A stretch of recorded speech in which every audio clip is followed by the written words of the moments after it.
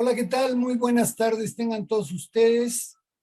Mi nombre es Javier Velázquez Montezuma y nos da mucho gusto recibirlos en otro de los conversatorios organizados por la Clínica de Trastornos de Sueño de la UAM, el área de neurociencias de la UAM y el Centro de Sueño y Neurociencias, también ligado a la universidad. Como algunos de ustedes saben, estamos llevando a cabo una serie de conversatorios orientados, en este caso, a las relaciones entre cerebro, sueño y sistema gastrointestinal y todos los actores que están participando ahí. Y para nosotros es un privilegio tener hoy con nosotros al doctor Óscar Medina Contreras. Óscar es un joven talentoso, con mucha experiencia a pesar de su juventud. Él está en el Laboratorio de Investigación de Inmunología Proteómica en el Hospital Infantil de México Federico Gómez. Y es un privilegio para nosotros tenerte aquí, Óscar. Bienvenido. Gracias, no, el privilegio es para mí. Nos da mucho gusto tenerte aquí porque ya hemos escuchado de tu trabajo, hemos escuchado tu experiencia y para muchos de nosotros y para mucha de la gente que nos está oyendo, esto de la microbiota es un actor que se agrega más o menos recientemente en todo este panorama, ¿no? En la medicina hemos tenido conductas muy equivocadas, por ejemplo, en el uso excesivo de antibióticos y demás, y con la información que se está acumulando ahora acerca de la microbiota y su función en el organismo, pues eso viene a detener o a inhibir el uso tan indiscriminado que estábamos haciendo de los antibióticos, ¿no? Pero antes de empezar, Óscar, yo quisiera que nos platicaras y le platicáramos a la audiencia brevemente cuál es tu perfil profesional, cómo fue que te fuiste desarrollando, te fuiste decantando, te fuiste definiendo como el investigador que hoy eres en el campo de la inmunología proteómica. ¿Dónde estudiaste? ¿Cuáles fueron los factores que determinaron tu línea de acción? Cuéntanos, por favor. Sí, Javier. Yo soy biólogo de formación. Por X o Y razones terminé en Simvestab y ahí terminé en el departamento de biomedicina molecular. Entonces, con el doctor Vianney Ortiz hice todo mi doctorado, mi maestría y doctorado. Entonces nos especializamos en inmunología y ahí salió una oportunidad para hacer el postdoc en Emory, en la Universidad de Emory en Atlanta, haciendo en particular enfermedad inflamatoria intestinal, es decir, trastornos gastrointestinales, pero estudiando el sistema inmune. El grupo al que llegué estudiaban desde el punto de vista del epitelio, más esta regulación de barrera intestinal, y nosotros empezamos a hacer la parte del sistema inmune. Y cuando regresé, pues regresé emocionado porque íbamos a empezar a explorar esa parte aquí, pero resulta que no era tan relevante en ese momento aquí, entonces empecé a retomar otras áreas de esto. Una de estas fue la microbiota, para entender cómo se da esta regulación entre el sistema inmune y los otros componentes que cohabitan con nosotros y ver cómo esto modula tanto nuestra salud como nuestra respuesta a diferentes enfermedades y otros patógenos. ¿Te fuiste de Simvestab a Emory y Sí, regresaste a Simvestab? no, regresé con el programa de cátedras de CONACYT. Ajá. Estuve un año en el INER y salió la oportunidad para el hospital infantil y de ahí me mudé. Entonces estuve 6 años en Simvestab, luego estuve 5 años en Emory, 1 en el INER y ahora llevo 6 en el infantil. Mira, muy bien. Y entonces al infantil llegas a un equipo ya formado o llegas a formar tu equipo. No, era un laboratorio, o el laboratorio de inmunoproteómica es donde estamos varios inmunólogos, pero cada quien tiene un área en particular. Entonces yo llegué a estudiar esta parte de sistema gastrointestinal. Ajá. Ujú. Muy Y ahí bien, empezar de cero. muy bien. Y entonces, toda tu vida te has orientado a la investigación científica, Sí, y básica principalmente. pero hoy con un piezote en la parte clínica, ¿no? Sí, sí, pues tampoco se puede estudiar básica sin ver el efecto que hay en la clínica Claro, directa. claro. Ujú. Bueno, ¿por qué no le vamos entrando al tema y nos vas contando qué es esto de la microbiota? ¿Por qué, por qué ha surgido como de repente irrumpió en el escenario como un actor importantísimo y digo, hace que serán 10 años, se oía ahí vagamente que alguien decía la microbiota y alguien entendía, pues han de ser todos los animales que están en el intestino, ¿no? Ujú. Pero cuéntanos tú bien, ¿qué debemos entender por microbiota? ¿Qué familias incluye? ¿Qué eh, sujetos debemos de contar en ese gran grupo que le llamamos microbiota? Sí, mira, es un tema fascinante por todas las implicaciones que tiene, sobre todo por lo que se sabe recientemente, pero es un área que ya tiene más de 50 años que se estaba estudiando. De hecho, los que empezaron fueron los ecólogos a manejar toda esta parte, a ver la ecología de las bacterias, etcétera. Y como bien lo dices, en los últimos 10 años o a partir de los últimos 10 es cuando ha sido el boom en diferentes áreas, se ha visto cómo están implicados en muchos fenómenos y cómo es mucho más importante de lo que originalmente habíamos pensado. Entonces, como lo dices, se refiere a todo lo que vive dentro de nosotros que no es humano. Este término ha tenido diferentes variaciones. Antes se conocía como microflora, después fue flora intestinal, ahora ya quedó como microbiota y hace referencia a todas las bacterias que viven en el organismo. El sitio más abundante, como lo dices, es el intestino, pero también residen en los pulmones, en la nariz, en casi todos lados. Sitios que antes considerábamos estériles como la placenta, ahora ya sabemos que también hay bacterias que viven ahí de manera normal. Entonces, básicamente también existen en casi todo el organismo. Y hay otro concepto que se llama, que es el microbioma. Ese incluye a todos los virus y a todos los hongos que también viven en el organismo. Entonces, microbiota solo se refiere a las bacterias y microbioma a todos los organismos que viven dentro de nosotros. Ahora, es importante porque en términos de números, es muy abundante. Hay alrededor de 1.800 especies que viven en el intestino, que es el sitio más abundante. Y de estas 1.800 especies, hay una cantidad enorme, es un 1 y 18 ceros. Esa es la cantidad de bacterias que tenemos. Según las estimaciones más favorables para nosotros, hay 10 bacterias por cada célula de eucariote que tenemos, o célula de humano. Pero los más pesimistas son 100 bacterias por cada célula de nosotros. En cualquiera de Ay, los dos casos, somos más bacteria que otra cosa. exactamente. Oye, pero la microbiota agrupa puras especies benignas, digamos, con las que vivimos adecuadamente, o también incluyes ahí las que son los patógenos. Incluye todas. Normalmente tenemos cierta cantidad de bacterias patógenas en el intestino. Lo que importa es la proporción de cuántas benignas contra cuántas patógenas. Y normalmente lo que hacen las benignas es inhibir tanto la función como el crecimiento de las patógenas. Pero si tú haces un muestreo del intestino, puedes encontrar bacterias patógenas que residen ahí en condiciones normales. Entonces tenemos las dos, pero las benignas excluyen a las patógenas de algún daño. Cuando tenemos alguna inmunodeficiencia o algún problema que se rompa la integridad del intestino, entonces este balance se pierde y ahora las patógenas pueden entrar, pueden actuar o pueden proliferar, crecer y replicarse más que normalmente y entonces eso genera una enfermedad. Y sí, también hay otras bacterias que normalmente no están y cuando llegan, como es un ambiente nuevo, pueden crecer y causar estas infecciones. Entonces son las dos cosas.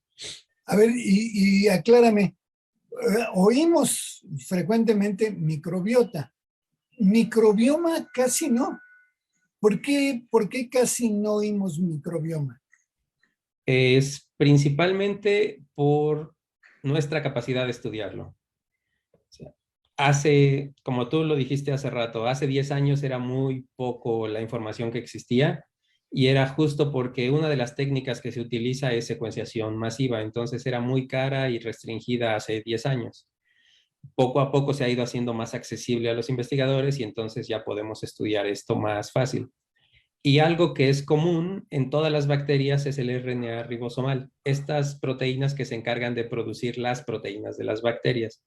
Entonces, lo que podemos hacer es identificar a todas utilizando estos fragmentos comunes y así ya caracterizar a todas.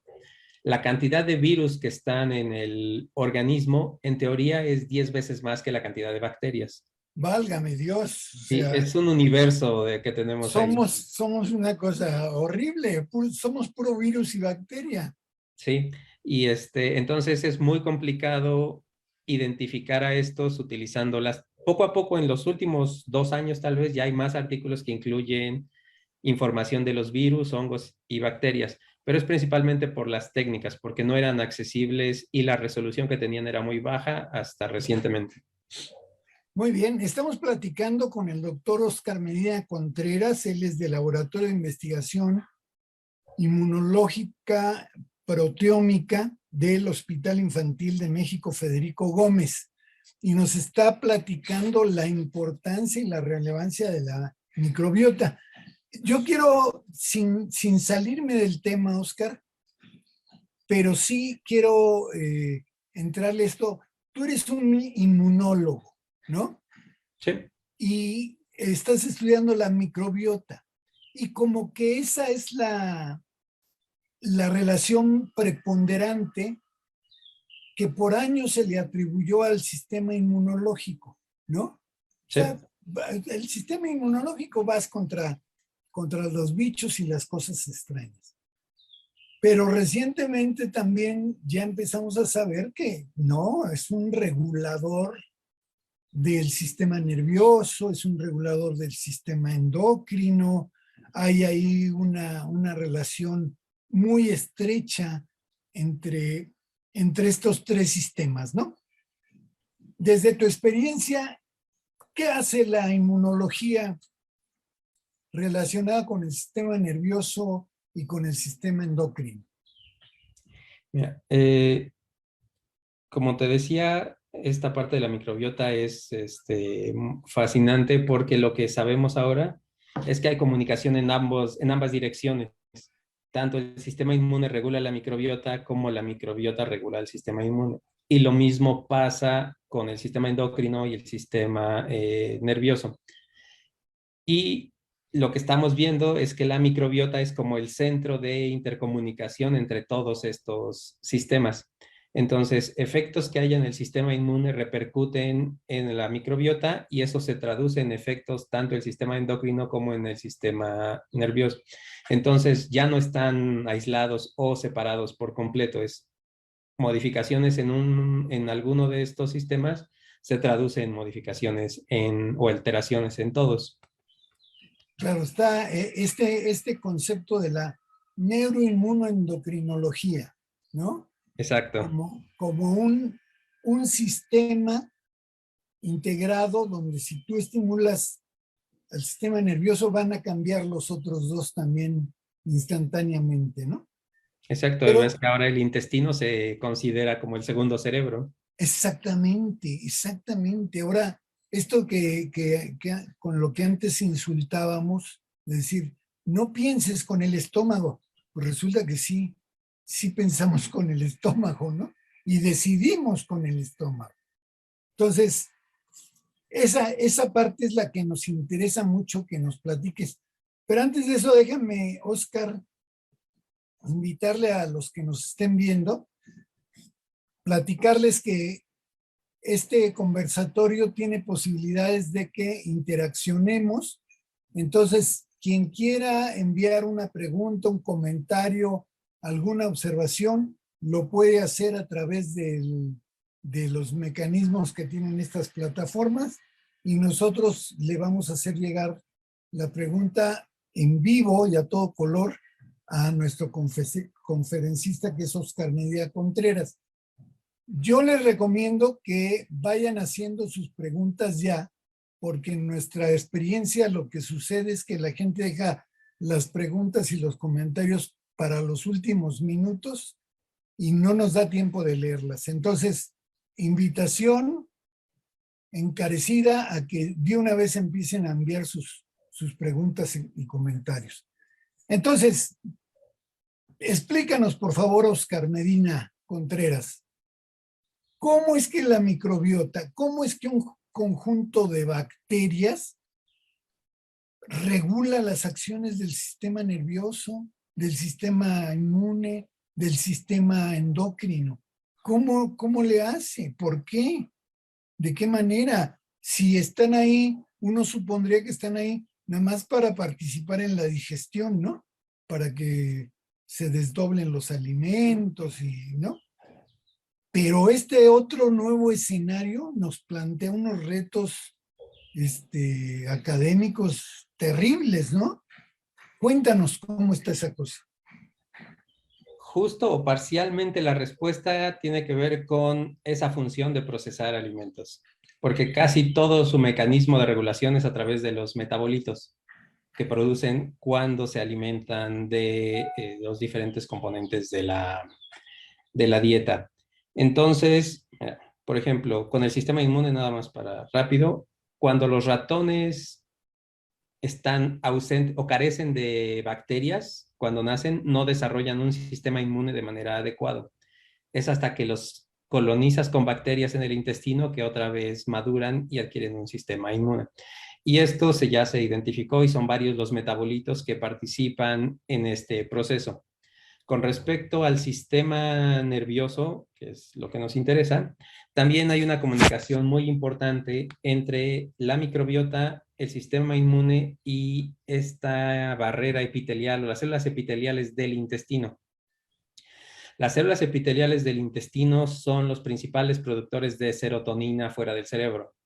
Entonces son una fuente abundante y producen la serotonina en respuesta a estimulación con la microbiota. Entonces, algunas especies de estas bacterias que viven en el intestino procesan ácidos grasos de cadena corta, que son ahorita de los nutrimentos más reconocidos o más estudiados, y los metabolitos que generan actúan sobre estas células epiteliales para que se aumente su producción de serotonina. Por otro lado, hay una comunicación directa con el nervio vago, que es el que comunica a la vía del intestino con el cerebro. Entonces, algunos productos de las bacterias también pueden migrar directamente y estimular a estas neuronas del nervio vago y con esto modular la respuesta. Y finalmente, la tercera vía es a través del sistema inmune, en el cual las componentes de la microbiota pueden inducir producción de citocinas, ya sea proinflamatorias o antiinflamatorias, según sea la bacteria que los esté estimulando. Y estas citocinas, a su vez, tienen un efecto directo, ya sea en sistema nervioso periféricos, estos nervios, ganglios mesentéricos, que a su vez se comunican con el cerebro, o pueden llegar a circulación e inducir una respuesta que atraviese barrera hematoencefálica y señalizar en cerebro. Entonces, es a través de estos tres mecanismos, como lo decías, el neuroendocrino inmuno. Producción de neurotransmisores en epitelio, interacción con células endócrinas también en intestino, que es el sitio donde más células endócrinas existe, y con la interacción directa con los nervios, tanto vago como mesentéricos. Esta producción de serotonina que mencionas, ¿cuál es su destino? ¿Cómo viaja hacia algún lado, se mete, estimula directamente alguna terminal del vago? ¿Qué es lo que hace esta serotonina? Sí, estimula tanto neuronas de los nervios mesentéricos como del nervio vago, y me parece que también migra, o sea, puede llegar a cerebro y contribuir a esta parte. Hay un artículo muy reciente de Nature donde marcaron todo este sistema nervioso mesentérico, vago, cerebro, y se ve muy claro cómo la señal viaja muy rápido en cuanto hay señalización por microbiota directa, o sea, no hay como escalas en diferentes sitios. Entonces es una comunicación directa que poco a poco hemos estado viendo que existe y contribuye a modular las respuestas distales en cerebro. ¿La serotonina viaja al cerebro o la señal? Viaja la señal por nervio vago Ajá. y la señalización de de los nervios mesentéricos también contribuye a esta señalización. Fíjate nada más. Entonces, de esta manera podemos suponer que fenómenos del cerebro que tienen una regulación serotoninérgica muy clara, y meto al sueño, por supuesto, pero también meto a la depresión, ¿no? Una enfermedad muy ligada a la serotonina, los ritmos circadianos, etcétera, etcétera. Todo esto puede estar modulado desde el sistema gastrointestinal. Parece que una parte importante sí, y toda esa regulación viene desde la microbiota. La microbiota regula a la parte endocrina del sistema gastrointestinal, igual que la parte nerviosa, y esa a su vez transduce señales al cerebro. Muy bien, Oscar Medina. Cuéntanos un poco del trabajo que haces en tu laboratorio. ¿Qué te estás preguntando? ¿Cómo lo estás abordando? ¿Cuáles son los retos en el conocimiento sobre los que tú y tu grupo están trabajando actualmente? Estás en la relación sistema inmunológico microbiota Correcto. y Sí, su relación con el sistema nervioso, o eso un poco menos. no, el sistema nervioso no lo he abordado. Digo, son proyectos que están ahí en papel, pero físicamente no hemos empezado. Justo porque no hemos todavía terminado de hacer lo que nos planteamos para ver la regulación entre sistema inmune gastrointestinal y microbiota. ¿O no han conocido sueñólogos que estén cerrando el círculo con ustedes? No, no, de sueño no he tenido contacto con nadie. Lo que tenemos, hoy vamos a iniciar, era con autismo. No me digas, Ajá, queríamos ¿por qué con autismo? hay muy pocos artículos, pero es muy claro que ciertas especies, o sea, cuando existe un desbalance en la microbiota, está muy asociado ciertas especies con el establecimiento de autismo. Y en modelos de ratón, donde inducen un fenotipo similar, cuando hacen trasplante de microbiota de ratones sanos a estos que tienen el fenotipo tipo autismo, se recuperan. Fíjate, reacciono y me sorprende porque en el grupo de la clínica de trastornos de sueño tenemos una compañera haciendo el doctorado en trastornos de sueño, autismo y microbiota. Ah, qué bien. Entonces, en la semana pasada nos escribían de la Universidad de Utrecht, en Holanda, donde también hay un cuate mexicano trabajando en microbiota y autismo. Entonces, a lo mejor esto es el inicio de un grupo nacional que trabaje autismo y microbiota, ¿no? Sí, estaría muy interesante. Bueno, entonces cuéntanos qué retos está planteando tu laboratorio para resolver. Mira, nosotros trabajamos con enfermedad inflamatoria intestinal y en particular con la respuesta inmune de Que eso macrófagos. nos decía Eduardo Ferat, que es una de las enfermedades más comunes y que más hace sufrir a la población, ¿no? Sí, es una enfermedad de países industrializados, si así le quieres decir. Y en esos es muy desgastante porque es una autoinmunidad aparentemente contra ciertos componentes de la microbiota. Entonces, la respuesta contra el intestino es terrible.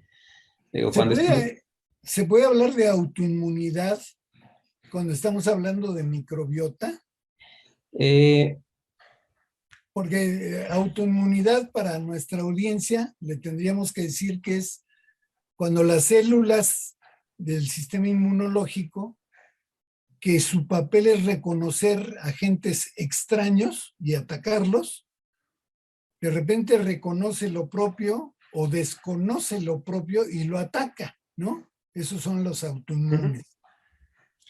Pero Sí, desde el, acá suponemos entonces que la microbiota también es nuestra y si lo ataca, lo consideramos autoinmune. sí, mira, desde el punto de vista que la microbiota comensal se establece en los primeros años de vida, supongamos los primeros 5 años. A partir de ahí se mantiene estable por casi toda la vida hasta que llegamos a los últimos años. Entonces no hay casi ningún cambio durante la mayor parte de nuestra vida en condiciones de individuos sanos. Entonces, en ese sentido es que el sistema inmune responde contra estas bacterias que de cierta manera ya establecieron las condiciones para suprimir las respuestas contra ellas. Entonces, en ese sentido es que lo menciono como una respuesta autoinmune Autoinmune. descontrolada. Ujú. Oye, ya que mencionas esto de que desde el nacimiento y demás, déjame, aprovecho y hago un paréntesis para preguntarte, esta historia de que el parto vía vaginal es el que te va a marcar con toda esta microbiota, contrario a lo que sucede si el parto es por cesárea. ¿Qué tan cierto es esto? Es muy cierto. Como te decía hace rato, ya sabemos que la placenta no es estéril, pero sí, el canal vaginal es el principal sitio donde nos colonizamos de bacterias al momento del nacer. El segundo sitio es la lactancia materna, son las bacterias que se transfieren vía la leche materna. Entonces, estos niños que nacieron por cesárea o fueron alimentados con fórmula, tienen mayor predisposición a autoinmunidades o alergias que los niños que no, que nacieron vía vaginal y tuvieron lactancia materna. Y lo mismo pasa con los niños que juegan en la calle contra los niños que están en su casa guardados todo el tiempo para que no se vayan a ensuciar o infectar o cosas por el estilo. Oye, y digo, esto que estás diciendo es de primera importancia en salud pública, ¿no? Sí, Y tiene una repercusión muy grande. yo tengo la impresión de que es más cómodo para la madre y para el doctor programar la cesárea, ¿no? Y no estar esperándose 12, 18, 24 horas a ver cuándo nace el niño, ¿no? Y Ujú. entonces han proliferado, ha aumentado la frecuencia de cesáreas cuando es una práctica que debería de manejarse con muchas restricciones, ¿no? Precisamente por este fenómeno inmunológico. ¿Cómo la ves tú? De hecho, hay varias hipótesis que justo es eso lo que plantean, que existe una correlación muy grande entre la migración de parto natural a parto por cesárea con el incremento en autoinmunidades en estos países. Y si te das cuenta, es principalmente en los países industrializados donde la transición fue antes que los países que todavía están en desarrollo, donde no todo el mundo tiene acceso a un hospital para que le hagan cesárea, tiene que ir o con el partero o algún parto natural. Entonces sí, sí hay un impacto muy grande por la vía de nacimiento en la composición de la microbiota y eso se traduce en enfermedades futuras. Muy importante lo que estás diciendo. Bueno, cerramos el paréntesis, volvemos a tus retos científicos. Y entonces nos decías, Entonces, nosotros caracterizamos una citocina nueva que tiene una función muy importante en el intestino. Se expresa a tiempos tempranos y eso induce una respuesta proinflamatoria. Pero conforme pasa el tiempo, lo que induce es una respuesta antiinflamatoria para reparar todo el daño. Entonces es una citocina interesante en ese sentido. Y lo que hemos descubierto poco a poco es que la composición de la microbiota tiene un efecto importante en la producción de la citocina. Entonces, ratones que no producen esta citocina, su ¿Cuál? microbiota se llama IL-36 gamma. Y el Entonces, 30. los ratones que no tienen esta citocina tienen una microbiota más proinflamatoria que un ratón que sí la tiene. Entonces, esto nos sugiere que esta citocina es importante para controlar el balance de las poblaciones normales en el intestino. Y eso tendría que ver con la comunicación que existe entre ciertas bacterias con los macrófagos en el momento que existe esta señalización. Y algo más que encontramos en este proceso es que hay un gradiente en el sistema inmune en el intestino. O sea, normalmente nosotros pensaríamos que al inicio del intestino delgado, a la mitad, al final o en el intestino grueso, la respuesta inmune es la misma. Y lo que tenemos es que no ocurre así. Lo mismo pasa con la microbiota. La microbiota es muy poco abundante a partir del estómago y en el intestino grueso es donde se concentra el 95%. Entonces, todas nuestras bacterias están ahí. Por otra parte, los linfocitos o las células del sistema inmune que responden contra bacterias normalmente están muy abundantes en el estómago, en esta zona del intestino delgado, y son poco abundantes en el intestino grueso donde hay más bacterias. Esto, nuestra hipótesis o nuestra justificación es que pues, normalmente no hay bacterias en donde hay más células para que estén listas para responder de una manera temprana. Y donde hay muchas bacterias, no hay estas células para que no respondan descontroladamente. Y por otra parte, están estos linfocitos reguladores, que son las células que se encargan de suprimir la respuesta contra antígenos propios. Esas son poco abundantes en la zona del estómago y de intestino proximal y son súper abundantes en el intestino grueso donde residen las bacterias. Esto nos indica que el ambiente donde están las bacterias, el sistema inmune lo que está haciendo es promover que se toleren estas bacterias en condiciones normales para que puedan coexistir, puedan hacer todo su metabolismo. Y en el intestino delgado, donde no hay bacterias, son ausentes para que en caso de que haya alguna bacteria patógena o cualquier otra bacteria, puedan responder rápido y controlar la infección. Y en enfermedad inflamatoria intestinal o en general en cualquier colitis inflamatoria que tenemos, este gradiente se rompe. Entonces, las células proinflamatorias que estaban al inicio donde no hay bacterias, migran al intestino grueso donde tenemos bacterias y generan esta respuesta contra los componentes de la microbiota. Por eso te digo que es una respuesta autoinmune hacia componentes de la microbiota, justo porque las células que normalmente no ven bacterias migran a donde hay bacterias y ahora sí responden descontroladamente. Entonces estamos en un equilibrio finísimo, ¿no? Que Exactamente. con cualquier cosa se rompe, ¿no? Sí, justo Qué eso es delicado. a lo que estamos llegando con la microbiota. Todo es un balance, todo está en equilibrio y cualquier alteración, por pequeña que sea, va a tener un efecto. Aún el consumo excesivo de estos probióticos. Eh, si tu microbiota es normal y consumes pre o probióticos, es solo o alimento para las bacterias o van a llenar los huecos que existen.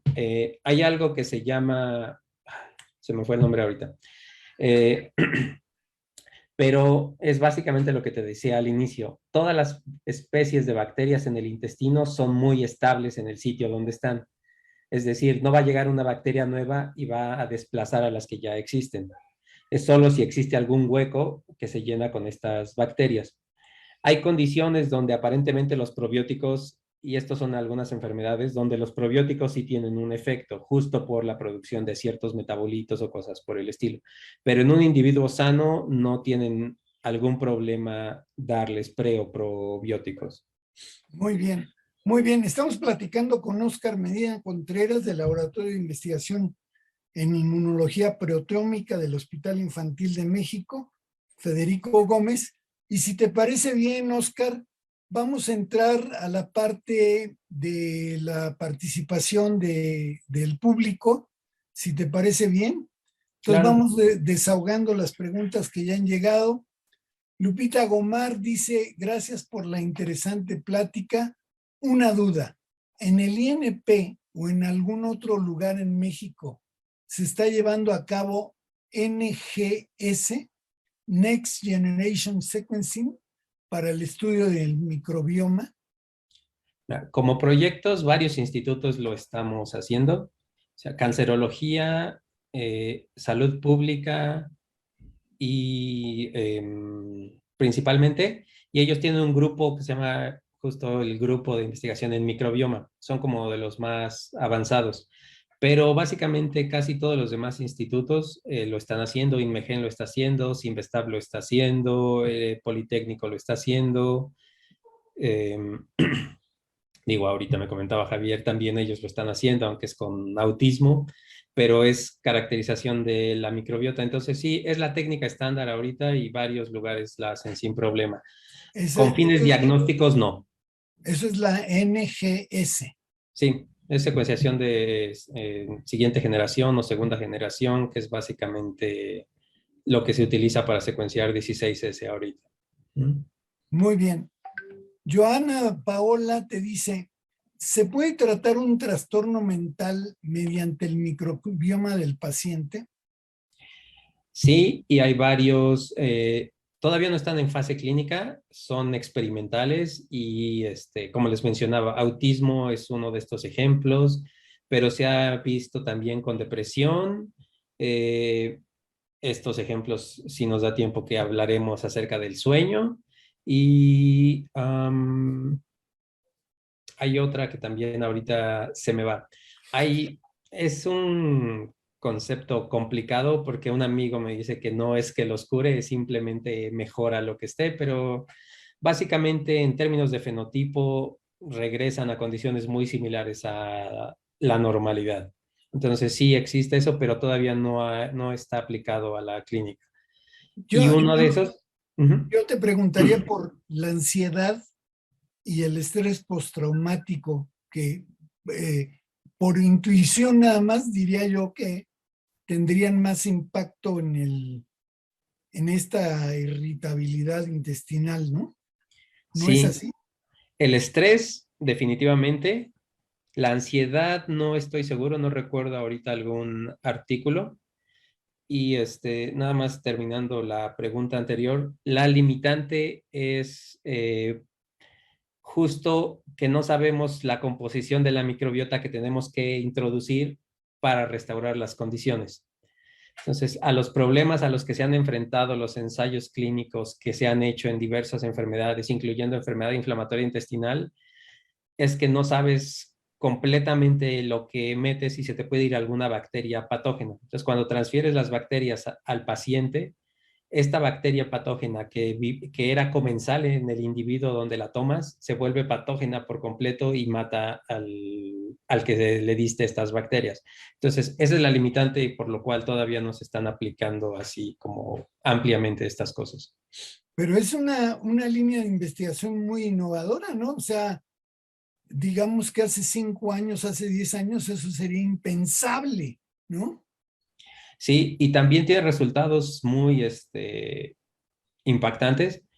Como anécdota, cuando yo estuve en Emory, había un niño que tenía, un niño 3 años, que ya tenía enfermedad inflamatoria intestinal. Era súper agresiva. Ya le habían quitado el 90% del intestino, le habían hecho 3 trasplantes de médula ósea, ya no tenía más que hacerle. Entonces ya solo le quedaba al niño vivir. A estos niños que les da enfermedad inflamatoria intestinal como bebés, tienen una esperanza de vida no más de 14 años. Entonces es muy feo para ellos. Entonces, a este niño lo que le hicieron fue un trasplante de microbiota fecal. Tenía un hermano sano. De este niño tomaron las bacterias, se las transfirieron, se recambió el microambiente de la microbiota que tenía este niño y dejó de tener respuestas autoinmunes contra la microbiota. Y entonces el niño ya no tuvo episodios de reactividad para el intestino, sobrevivió sin problema el tiempo que estuve ahí. Entonces, digo, y esto pasó en un periodo de 2 meses después de que le transfirieron las bacterias. Entonces, sí es algo muy innovador, tiene efecto muy, muy fuerte en el organismo y aparentemente también es muy rápido y persiste con el tiempo. Entonces sí es un área como que en muchas enfermedades ahorita se están enfocando en esta parte. Buenas noticias para la psiquiatría, ¿no? Que regularmente está muy carente de herramientas terapéuticas, ¿no? Sí, y sobre todo porque también los medicamentos tienen efecto en la microbiota. Entonces, pues, la microbiota de estos pacientes ya con algún trastorno psiquiátrico que están en tratamiento tienen doble afectación por los medicamentos y por la señalización del cerebro. Eso es, eso es. Bueno, de una vez te platico otra visión también de Joana Paola que dice, ¿cómo cambia el microbioma dependiendo del trastorno mental del paciente?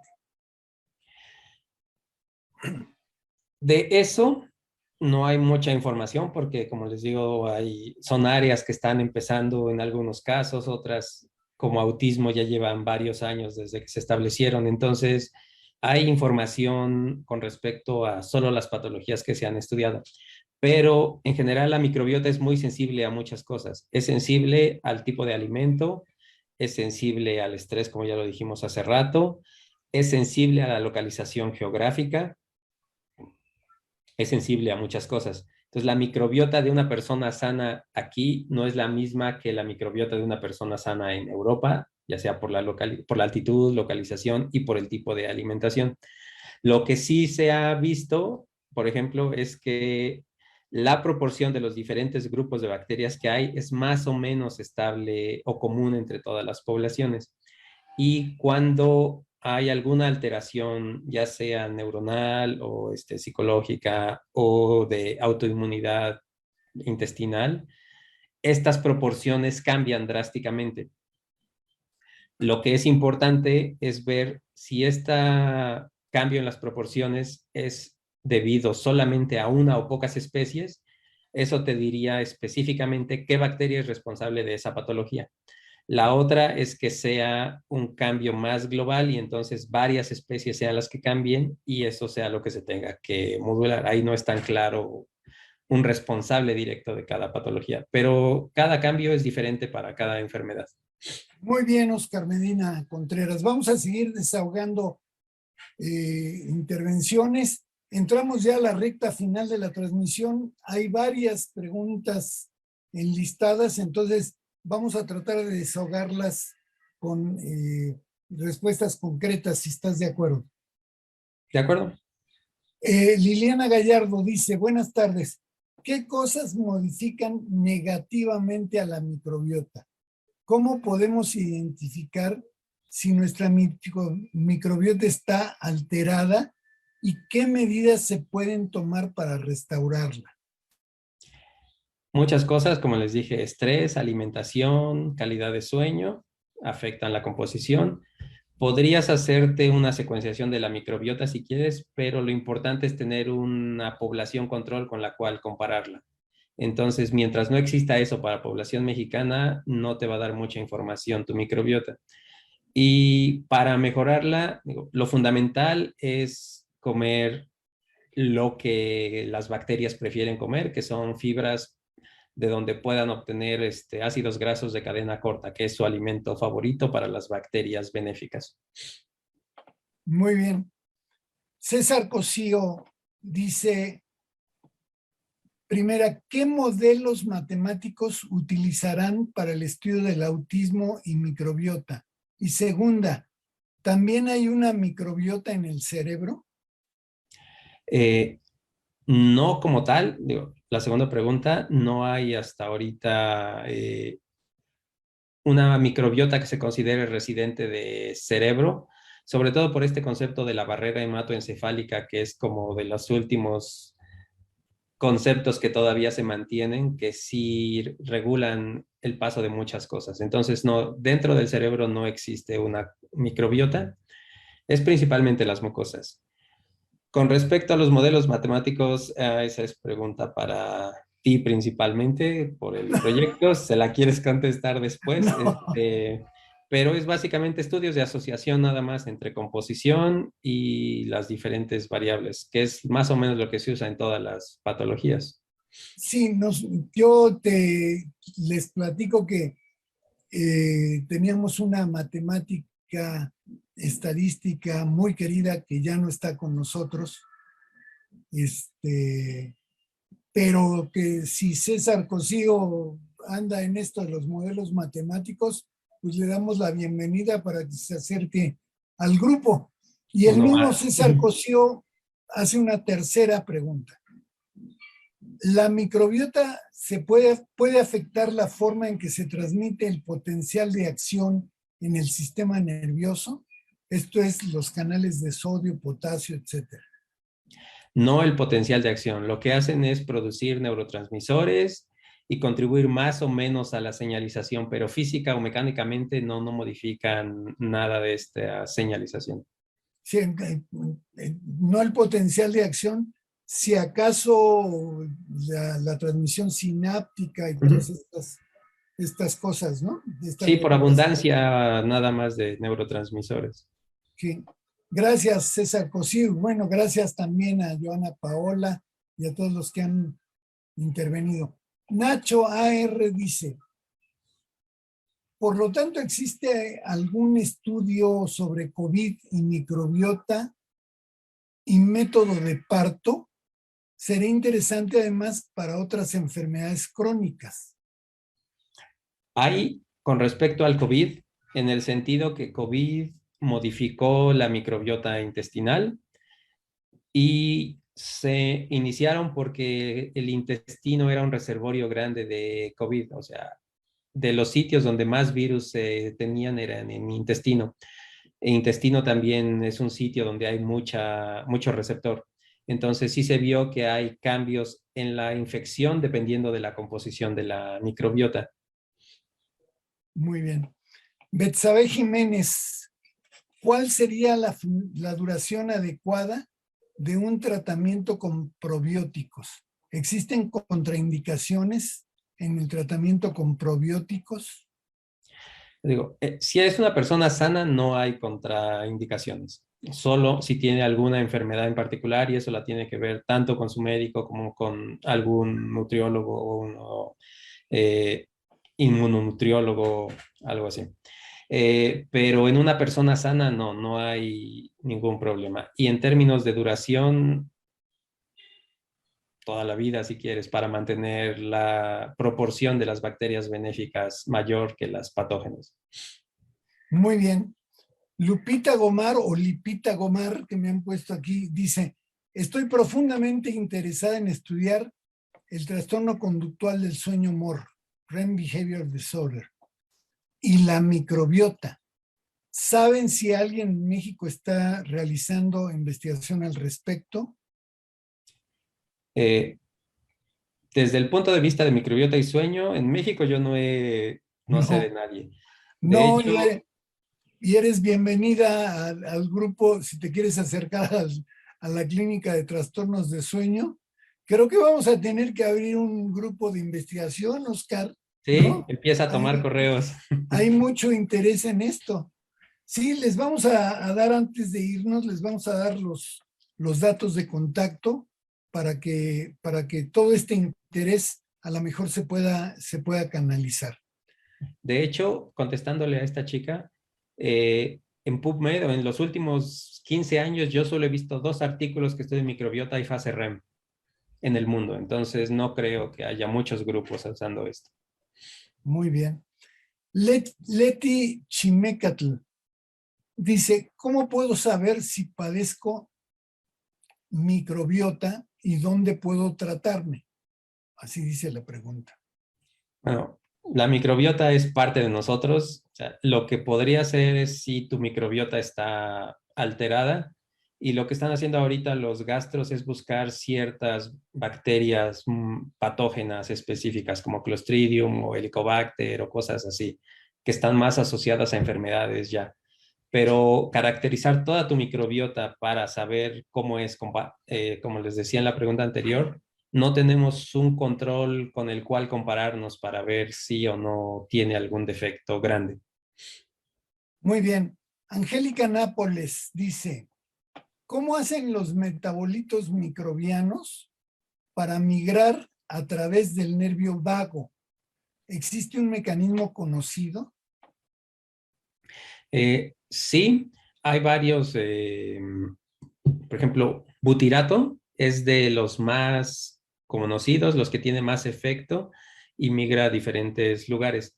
El mecanismo exacto, digo, tomaría un poco más de tiempo, pero hay varias publicaciones. Si quieres, te mando los artículos, deja tu correo y te mandamos los artículos para que revises el mecanismo, pero es básicamente es una contacto directo o transmisión directa a través de la barrera epitelial del intestino y migración por este sistema mesentérico. Muy bien. César Cosío nos aclara que es matemático y es estadístico también. Entonces, César, te vamos a dar los datos de contacto por si te quieres poner si quieres establecer contacto con nosotros y ver cómo podemos avanzar en algunas cosas. Óscar Sánchez Escandón dice, ¿existe en México un lugar especializado de trasplante de microbiota? No existe un lugar de trasplante especializado de microbiota en el mundo. Son ensayos clínicos que se hacen en ciertas instituciones. En Estados Unidos se había autorizado, se les murieron no sé si uno o dos porque en la muestra iba Clostridium y creció y mató al individuo, y de ahí lo quitaron de la lista de procedimientos autorizados. Entonces no existe. Creo que China los está haciendo, pero no sé si de manera rutinaria. En Alemania, alguna vez un documental de la Deutsche Welle mostró una clínica que lo hacía también con cierta frecuencia. Hay que tener cuidado porque hasta en Amazon venden kits para que hagas trasplante de microbiota fecal tú. Ah, El problema, como les decía hace rato, es que no sabemos lo que estamos transfiriendo. Si no está bien caracterizada esa microbiota que se va a donar, puede ser peor que la enfermedad que tenga el paciente. Sí, de Alemania no ubico lo que me estás comentando, pero hasta donde yo recuerdo no estaba como aprobado de uso clínico rutinario. Vamos a dar paso a la última pregunta. Tenemos que cortar porque ya el tiempo se nos ha consumido. Leti Chimecal dice, yo padezco de colitis. Siempre estoy en constante tratamiento. Siempre se me inflama mucho el estómago. ¿Sería posible que padezca esta enfermedad de la microbiota? Mira, hay que verlo con un gastro como Eduardo, por ejemplo. Eduardo Ferat, claro. Uh-huh. Y él podría determinarte exactamente si o no es algún componente de la microbiota o es otra cosa. Pero si es de la microbiota, sí es muy probable que un trasplante de fecal te ayude a mejorar estas cosas. Muy bien, Oscar Medina Contreras. Vamos a finalizar este conversatorio que ha levantado mucho interés. Creo que vamos a tener que repetirlo con alguna frecuencia porque realmente hay muchas preguntas que de diferentes niveles, ¿no?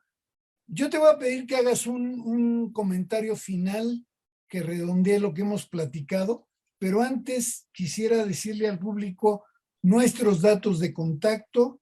A nosotros nos pueden encontrar en www.descansamejor.com. El correo de contacto es info@descansamejor.com y estamos en @Centro de Sueño y Neurociencias.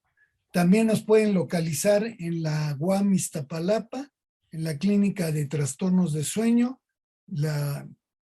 Se comunican entran a la página de la UAM y ahí encuentran los datos de la Clínica de Trastornos de Sueño. Oscar Medina, danos un comentario de cierre, por favor. Ibas a mencionar cosas del sueño, ya no nos ha dado tiempo, pero si quieres decir algo brevemente, nada más para abrir boca y en otro momento ya consolidarlo más, adelante, por favor. Sí, claro, justo lo que estaba pensando. No hablamos nada de sueño. Sí, sí, sí, sí. Pues mira, la microbiota tiene un impacto muy grande en todos nuestros procesos, en nuestra salud. En sueño en particular, se ha visto que es bidireccional, igual que en todo lo demás. Si tienes mala calidad de sueño, eso modifica la composición de la microbiota. Si tienes una composición de la microbiota alterada, se traduce en trastornos de sueño. Y tenemos varios experimentos donde donde alteras el sueño en algunos ratones, se lo transfieres a ratones sanos y ahora estos ratones sanos desarrollan un fenotipo similar a los que tienen un trastorno de alteración de sueño. Entonces vemos que este efecto es mediado por la microbiota porque se puede transmitir por estos y esto nos puede proporcionar un buen blanco terapéutico para estos tratamientos porque se puede modular la microbiota y tener un efecto muy potente en el trastorno que estemos interesados, sueño en este caso. También es importante notar que no todo está dicho y todavía falta mucho, porque cuando hay deprivación de sueño, las proporciones de las bacterias cambian de cierta manera. Pero cuando tienes insomnio, cambian de la misma manera. Es decir, no hay un efecto similar entre cada uno perdón, es opuesto. Entonces, no hay una correlación entre la presencia de ciertas bacterias con el tipo de trastorno que tienes. Esto parece ser más este concepto reciente que estamos desarrollando de medicina personalizada, donde cada individuo va a tener cierta composición que tiene que tratarse de manera específica, en lugar de un tratamiento más general como hemos hecho hasta ahora, de todo el mundo se va a tomar esta pastilla y va a tener el mismo efecto. Entonces, ese sería mi comentario. Es un mundo de posibilidades. Todavía falta mucho por estudiar, pero hasta ahorita se ha visto que tiene una aplicación muy importante en cualquier patología. Muy bien. Pues Oscar Medina Contreras, ha sido un privilegio y un honor poder platicar contigo en estos conversatorios. Esperamos que sea la primera de muchas que podamos estar interaccionando para la clínica de sueño, para el área de neurociencias de la UAM. Esto empieza a ser ya desde hace algunos años, es un motivo de enorme interés para nosotros. Nosotros en neurociencias estamos viendo la integridad de las barreras y la restricción de sueño. En la clínica pues tenemos casos de apnea, casos de insomnio, casos de movimientos de las piernas, casos de trastorno conductual del sueño-humor, en fin, ¿no? Tenemos la patología del sueño y podemos ligarla fácilmente a este tema de la microbiota que resulta muy, muy interesante. Entonces, te doy las gracias nuevamente, Oscar Medina Contreras, del Laboratorio de Investigación en Inmunología Proteómica del Hospital Infantil de México, Federico Gómez. Es un privilegio que nuestras instituciones públicas hagan investigación con el nivel que se está haciendo y te felicito, te reconozco y te agradezco que hayas estado con nosotros. Muchas gracias, Oscar. Pues gracias por la invitación y la oportunidad de platicar un rato de este tema. Muy bien. Y les recuerdo al público, también les damos las gracias, les agradecemos su interés, su paciencia, su presencia y les recordamos que la próxima sesión, que es el 15 de junio, vamos a seguir platicando de estos temas de la respuesta inmunológica, de la depresión y del sueño. Y para esta sesión del 15 de junio vamos a tener con nosotros al doctor Lenin Pavón Romero, que también es un especialista de alto nivel y va a ser un privilegio estar platicando con él. Óscar, muchas gracias. Gracias a todo el público. A nombre de la Clínica de Trastornos del Sueño de la UAM, del área de neurociencias de la UAM y del Centro de Sueño y Neurociencias, les damos las gracias por su presencia. Yo soy Javier Velázquez Moctezuma y nos vemos y nos oímos el próximo 15 de junio a las 5 de la tarde. Muchas gracias y muy buenas tardes.